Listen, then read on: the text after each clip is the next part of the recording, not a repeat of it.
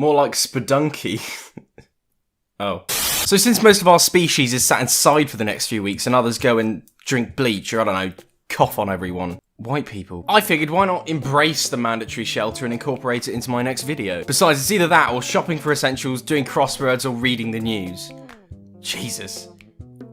I think I just aged 10 years saying that. Potential boomer inbound. So, with... actually hurts. Am I about to disintegrate really slowly now? So, with The Binding of Isaac fresh in my mind from 2 months ago, I will be discussing another inspirational indie darling, one of the sexiest, most beautiful examples of a roguelike 2D platformer, Spelunky, or Spelunky, if you will. Running jokes. For those of you that don't know, Spelunky is considered one of the first examples of what's known as a roguelike game, though it isn't fully affiliated with the exact definition. Roguelike is defined as a subgenre of role-playing games, usually characterized by dungeon crawling, procedurally generated levels, turn-based gameplay, tile-based graphics, and permadeaths. While Spelunky doesn't utilize all these concepts, it admirably applies the ones it takes into its unique and charming setting. Imagine a 2D Mario, Indiana Jones sort of vibe, and you get this.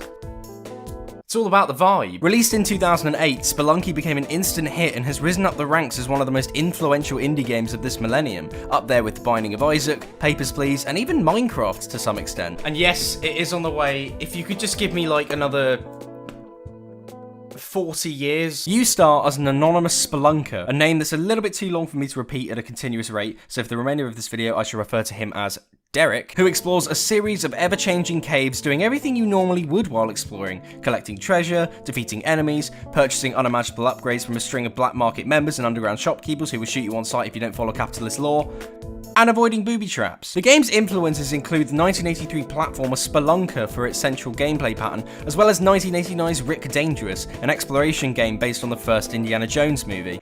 What's the difference? Regardless, it all culminates into an intriguing yet surprisingly difficult indie platformer, one with its own unique sense of style and charm, or spell-funky, if you're a pun-loving bastard. Man, being stuck inside really messes up my level of humour. Hopefully that'll all change when I can go back outside again.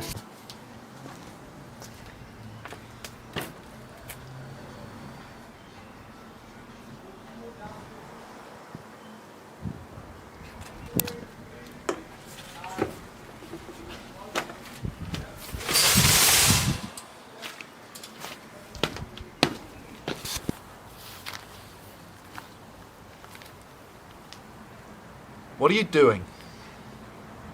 You know, this was illegal once.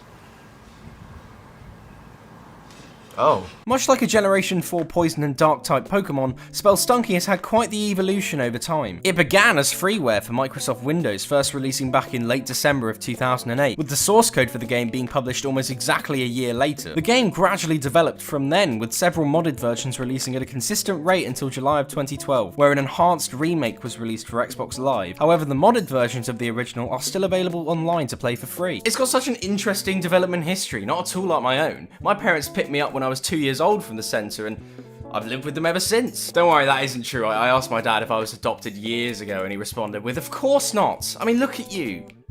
Why would we pick you?" Like I said before, you play as Derek, and that's about it plot-wise. The entire game revolves around Derek and his little escapade, while the plot pretends to exist. The main aim is just to explore tunnels and collect as much treasure as possible before you die, which will happen a lot. You traverse the floors using a limited supply of bombs and ropes, collecting gold and jewels within rocks and chests as you go through. As you progress, rarer items and collectibles can be found and used, such as guns and climbing gear to make dealing with enemies and traversal infinitely easier, as well as supernatural elements including Kapalas, Hajets, crystal skulls, and golden anchors, though many of these special items can only be gained through secret methods. Some items may even be purchased or stolen from the shops scattered about the caves, though the shopkeepers become powerful enemies if you steal from them, or, for a lack of a better term, bastards. Everything around you, even the apparent help you receive, is designed to kill you, and considering you only have 4 lives, you won't be lasting long. While you can regain hearts by saving the so-called damsels scattered on each floor by safely guiding them to the exit, the likelihood of that keeping you alive, and in reality keeping her alive,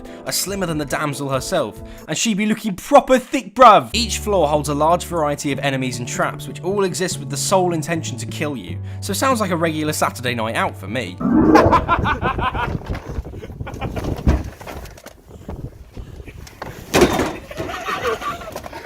Somebody order garbage! These enemies and traps change depending on which area you're in, as the game is segregated into 4 main regions. These regions are then split into 4 individual floors, and once you pass the 4th level, you move on to the next level. So very simple stuff. There are more than 4 regions within the game, but we'll get to those later. These are just the main 4 that you'll spend your time in. Dying. So, let's begin with the descriptions that I stole from a website. The mines are the easiest of the areas, but will finish off careless adventurers as they dealt. You know what? I'm gonna stop doing that. It's almost like you want them to know you got a C in drama. The jungle is the second of the 4. Here, flora flourishes and tribal savages make their home amongst the trees. The difficulty increases slightly, holding unknown traps and monsters. Third is the ice caves, a frosty cavern that is far more open than the others. It hosts much more slippery surfaces and has an increased likelihood of causing death by falling, though this area is still tricky regardless of the altered level design. Can you tell these aren't my own words? Because my lecturers couldn't either. Finally is the temple, the most linear of the floors, yet the most difficult. It is filled with much stronger enemies and many more deadly traps. This is the floor to catch anyone out. Several other areas exist that are way more spelunky than the first 4. However, they usually require much more convoluted routes and requirements in order to reach them. The haunted house is a bonus level that can only be accessed when the jungle is in what's known as the restless dead feeling. These level feelings randomly alter the landscape of the level you're on, adding special rules or unique structures and enemies to the level that aren't commonly found. Other examples of these include darkness, which can be found in the mines, where you're left a torch to explore in, well, darkness. Another is flooded caverns, where the bottom half of the level transforms into this green fish-infested lake, with some pretty spelunky water. Restless Dead, however, raises numerous zombies and leaves an eerie mist over everything. So a standard British Monday, really. Daddy, back in the pandemic, what was a Monday? Second is the Black Market, one that can also be found in the jungle, where the infamous shopkeepers loiter. This place is found by utilising the Ujat Eye, one of the 4 Egyptian artifacts found in the game. This pinpoints a secret rock by flashing when you're close by, and behind this rock reveals the secret door. Next is the Worm.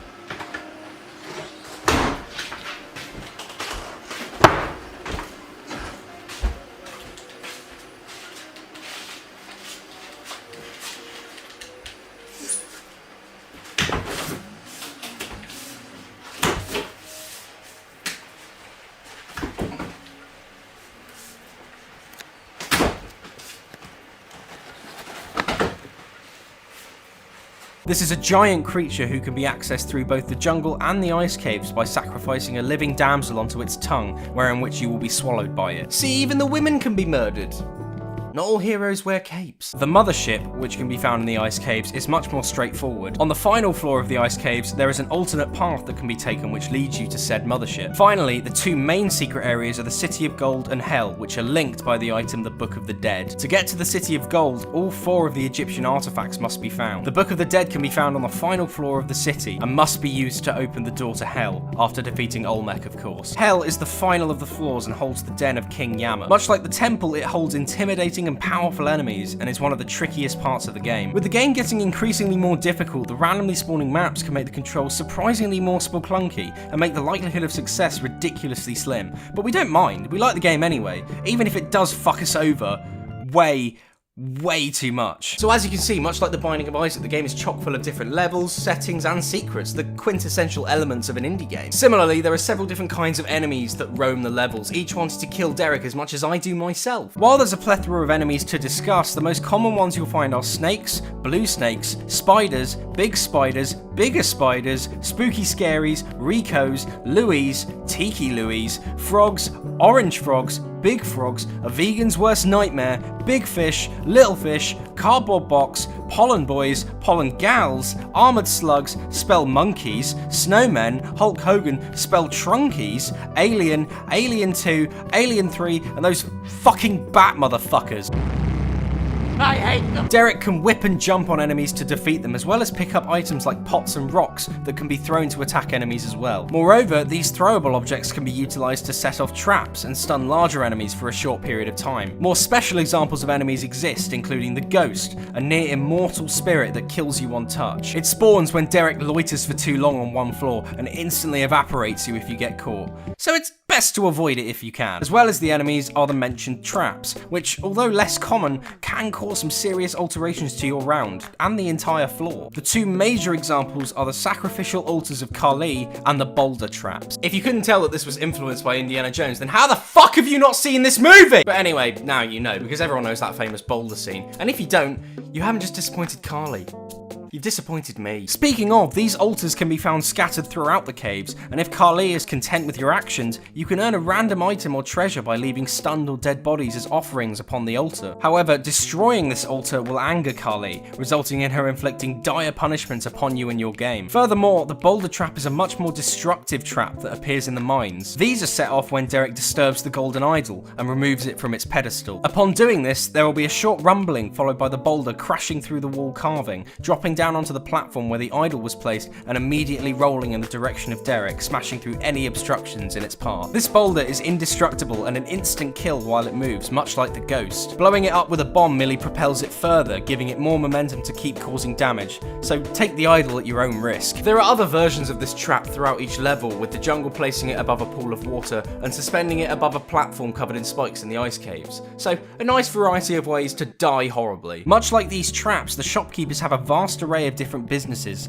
each of which also randomly appear within the procedurally generated floors. These shopkeepers are initially passive, encouraging Derek to peruse their wares and purchase their items. Anything from climbing gloves to a fucking freeze ray, they've got it all. This is the most common form of shop, and if you've collected enough gold, pretty much anything presented to you is available. However, these capitalist salesmen have their ways if you put a foot wrong in their store. If you steal anything from them, they will shoot you. They will fucking kill you. All shopkeepers are part of a capitalist movement, a union that covers the entire cave, and committing a crime against any of the shopkeepers will make Derek a wanted fugitive to all future shopkeepers in that run. However, if you remain friendly to them, you may see several different kinds of shops on your delve into the caves. Other types include the lottery, where a specified price is set to spin a random wheel, where you either receive a monetary prize, the special item that is blocked, or nothing at all. Another is the damsel shop, where you can pay for extra lives rather than saving the damsel in the usual way. These are more uncommon versions, though they're usually a major benefit to your run if they crop up. Not only that, but shopkeepers are also occasionally seen inside enclosed vaults, patrolling chests with valuable jewels inside. Although these shopkeepers in question spawn hostile rather than starting off passive like the others, they only attack if the vault is breached, so it's best if you keep your social distance from them. As you can tell, much like The Binding of Isaac, and come to think of it, most procedurally generated indie games, there is a spell-chunky amount of content to get into, and the accompanying difficulty keeps it both addictive and challenging. The thing is though, the difficulty comes in conjunction with reasonably simple controls. Every single mechanic is made clear and concise from the outset, and if you die or fail, it is simply your own fault. But that's the beauty of such simple games where you can play for hours on end without getting bored. It's been released for basically every console under the sun, and since we can't explore the outside world at the moment, why not explore the 2D caverns that this game has to offer? You won't regret it. It's one of the sexiest, most charming indie games out there, but in other words, you could say, it's pretty spunky. What are you doing? You know, this was illegal once. Oh. Are you in shot? I hope so. Oh, why did I mute it? I'm still recording, oh my god.